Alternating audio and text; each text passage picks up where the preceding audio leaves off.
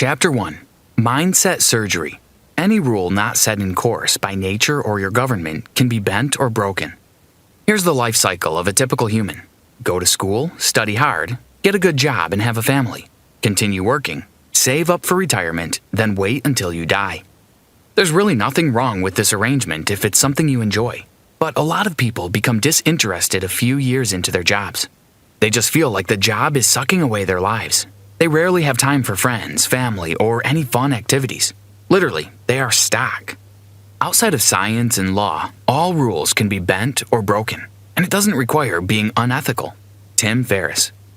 Many people desire to break out of the 9-to-5 prison, but only a few succeed at it. And it all boils down to the fear of the unknown. Who would want to lose their job if there's no tangible hope of getting something that is better on the scales of time and freedom?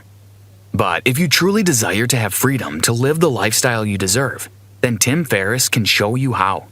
The 4-Hour Workweek is a lifestyle design that millionaire entrepreneur and podcaster Tim Ferris created for his personal life and began teaching others once he successfully tested the effectiveness of his new approach to life. Countless people all over the world have achieved the lifestyle design of their choice simply by understanding and implementing the strategies in this summary. You're about to join that number. Chapter 2. You can move beyond your fears and create the lifestyle you want by setting goals and taking massive action towards achieving them. Tim Ferris once had a business that sucked his time away. It was rewarding financially, but he had to work 15 hours daily. That was a major challenge to him at the time because he wanted freedom. After brainstorming for some time, Tim realized taking a year vacation in Europe would help him cool his head. But like the majority of us, the fear of losing his business kicked in. Because of that, he shoved away the idea of taking a year-long vacation. He continued working himself out on his business even though he disliked it. But one day, the light bulb switched on. What would be the worst-case scenario should he take the vacation? Despite all odds, a lot of things may possibly go wrong. His business may crash, he may go broke in a strange country, or even more sinister things could happen. Ferris noted all those down. He then thought deeply about possible survival strategies. It dawned on him that he could actually make a living outside his business. Things would definitely be rough at first, but he could take a menial job and cut down on luxuries such as eating out. Not so bad, so he took the trip. His vacation lasted 15 months, and surprisingly, his business thrived more in his absence. The moral of the story, your fears aren't always as bad as they seem. You can move beyond your fears and create the lifestyle you want by setting goals and taking massive action towards achieving them. Is the fear of the unknown limiting you from making a major change in your life and career? Do you really want to change? If yes, pick up a pen and paper. Write down all the possible worst-case scenarios as well as the things you can do to overcome them. Focus on your plan for the future. This will lead you to find inspiration. Ferris suggests that you set high, unrealistic expectations for the things you would like to be, do, and have between now and at least the next 6 months. After that, begin finding out ways you can bring those things to pass. Draft out a complete plan for manifesting your unrealistic expectations. There's no difference between a pessimist who says, "Oh, it's hopeless, so don't bother doing anything," and an optimist who says, "Don't bother doing anything, it's going to turn out fine anyway." While doing all these, be aware of optimistic fears, the refusal to take action and change your situation in the hope that things will change by themselves over time. For instance, the fact that your job is just uninspiring and not a living hell can be a good excuse to not act in the hopes that things will change in the near future. This is optimistic fear. What if nothing changes after a year or two? Your goals have to be unrealistic. Keeping them realistic is the fastest recipe for demotivation. Chapter 3. Elimination is the key to productivity. Forget anything that has to do with time management. This is probably the worst productivity advice you're getting. But the idea of time management, doing more in less time, has kept many people busy without actually moving. Productivity is not always about being busy. To be productive, you have to be busy doing the exact thing you should be doing per time. Don't get too lost in the idea of filling time with activity and not accomplishing the most important things at the end of the day. You should be more concerned with being effective than efficient. There's a world of difference between the two. Efficiency is being busy doing stuff which isn't necessarily contributing to your grand goal. But when you're effective, every task you do is moving you toward your end goal. For example, you can be busy replying to emails for 3 hours, when you could easily outsource that at a lower cost and focus on doing more important activities that will lead you to your end goal. Replying to your emails may be a part of your job description, but spending hours on that alone doesn't make you any more efficient. Wherever you are in your life, productivity is important if new, rich lifestyle is the goal. There are 2 laws you can incorporate into your life to rapidly boost your personal and professional productivity: the 80-20 law and the Parkinson's law. Let's start with the first. The 80-20 law, or principle, states that about 20% of activities account for 80% of the results we get. To put it more practically, as an employee, roughly 20% of your time is responsible for 80% of your office work. No employee is really productive 8 hours every day. A good part of that 8 hours is used for relatively unimportant tasks. A task will swell in perceived importance and complexity in relation to the time allotted for its completion. Parkinson's law.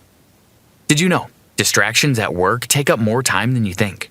Try staying away from distractions and see how much faster you would do your daily tasks. Chapter 4. Simple hacks for putting your work on autopilot. Outsourcing is the lifeblood of the new rich. Don't forget the goal is to be in charge of your life and have others working for you while you focus on the activities that matter most to you. And as we've reiterated countless times, anyone can do this. It doesn't matter if you're an entrepreneur, employee, or a student. Rules for outsourcing tasks. Number 1. Do not delegate tasks that can be eliminated. This is so important. You'll be wasting your resources, time and money if you violate this rule. Number 2. Every task must be both time-consuming and well-defined before it can be delegated. You have 2 options when outsourcing. You could choose to use either a local or remote virtual assistant. Ferris recommends using remote virtual assistants, VA, from developing countries like India because the cost of service is less.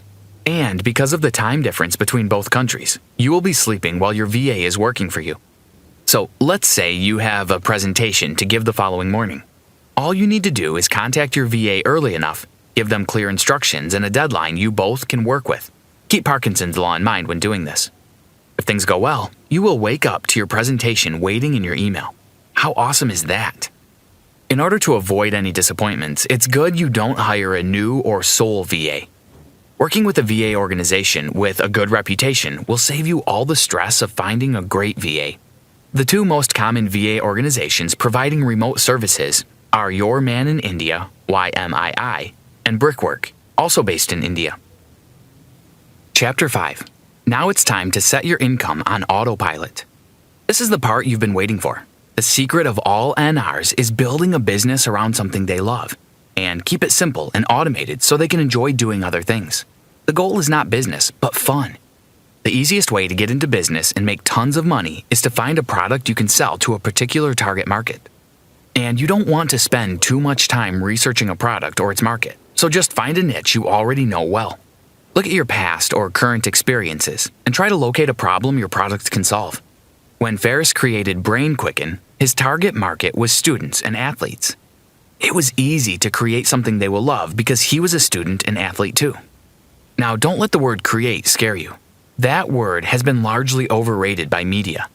But as you will see soon enough, it's not hard to create products people will love. And just in case the idea of product creation doesn't at all fascinate you, there are 2 other awesome ways to get a product for your target market. But before going into that, 2 other ways, let's hammer on product creation. After picking a target market and determining what problems they have, the next step is to think of a product you can create to meet this need. If what you have in mind is a hard product, you can leverage on private labeling. Simply contact experts in the field to manufacture the product in a way that it will suit your target market. Then stamp your unique label on it. Another option is to create information products. The other 2 ways of getting a product are reselling and licensing. To resell a product is simple. In fact, it's the easiest way to get a product. Just that the profit margin won't always be great, as there are usually many other people reselling the same product, and probably at lower prices. But reselling is a good place to start. If it interests you, there's only one vital step to take.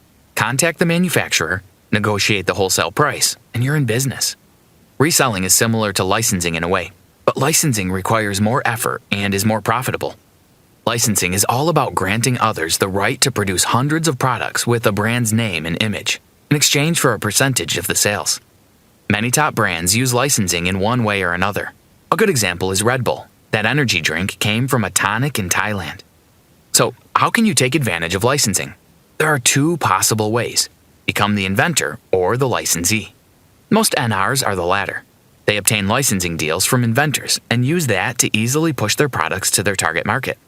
Decide on any of the approaches that suits you, but don't fall into the naive trap of setting low prices. Your product shouldn't cost less than $50, and ideally no more than $200. A good price serves you the stress of dealing with low-end customers who will always give you a headache. If you're sure your product is worth it, don't be afraid to set high prices. Chapter 6. You can quit your job and live the new rich lifestyle. If you followed all the steps above, particularly if you've started outsourcing and the side business you created with your spare times beginning to roll in consistent cash, you're near the point where quitting your job is feasible. But first, you will want to negotiate remote working conditions so you can test your lifestyle of freedom while still having money from your job. You will need the remote work, especially if your business is yet to comfortably cater to your financial needs. Earlier, we discussed how being super productive will make it easier to negotiate remote work. But you need something more than productivity. You need a strategy, because it's not always a walk in the park to talk management into allowing you to work from anywhere in the world. What your company's management needs to see is how your working from home will contribute more to the organization than working from the office. And it's the duty of your strategy to show them that. Consider Sherwood's experience with his boss. Because of his plan to negotiate remote work, Sherwood started putting in the effort to increase his productivity, and consequently his value to the company. Additionally, he ensured the company invested in him so that it would be hard for them to let him go. Next, he called in sick for 2 days. Sherwood used these days to do his office work remotely. He made sure he performed more than he usually did at the office. He resumed after 2 days and was ready to negotiate remote work. When you're effective in the workplace, you stand a good chance of negotiating better work conditions. Sherwood started with asking for 2 remote work days, Monday and Tuesday. He used that approach because it's much easier for his boss to accept 2 days of remote work than all 5 days at once. The result? Sherwood did his best to impress his boss, then leveraged his super performance to negotiate 4 days remote work, and then complete remote work, the entire 5 days a week. He's now only required to show up at the organization during crucial meetings. You can apply this strategy too. The most important things are your ability to show a high degree of competence and reliability. Conclusion. You no longer have to pour out your life into your job or business, forgetting that work is simply a means to living and not the goal itself. All the strategies outlined in this summary are targeted at one thing: helping you work to live, not just work for work's sake. Begin your journey into the world of possibilities and adventures by deciding you deserve a better life, a life of cash and freedom. Then begin eliminating all the clutter that will stop you from joining the NR League. After that, automate your work and income through: Number 1, outsourcing excess work that cannot be eliminated. Number 2, starting a profitable side business. Number 3, lastly, liberate yourself from the 9-to-5 shackles and live like the NR you are. Practice.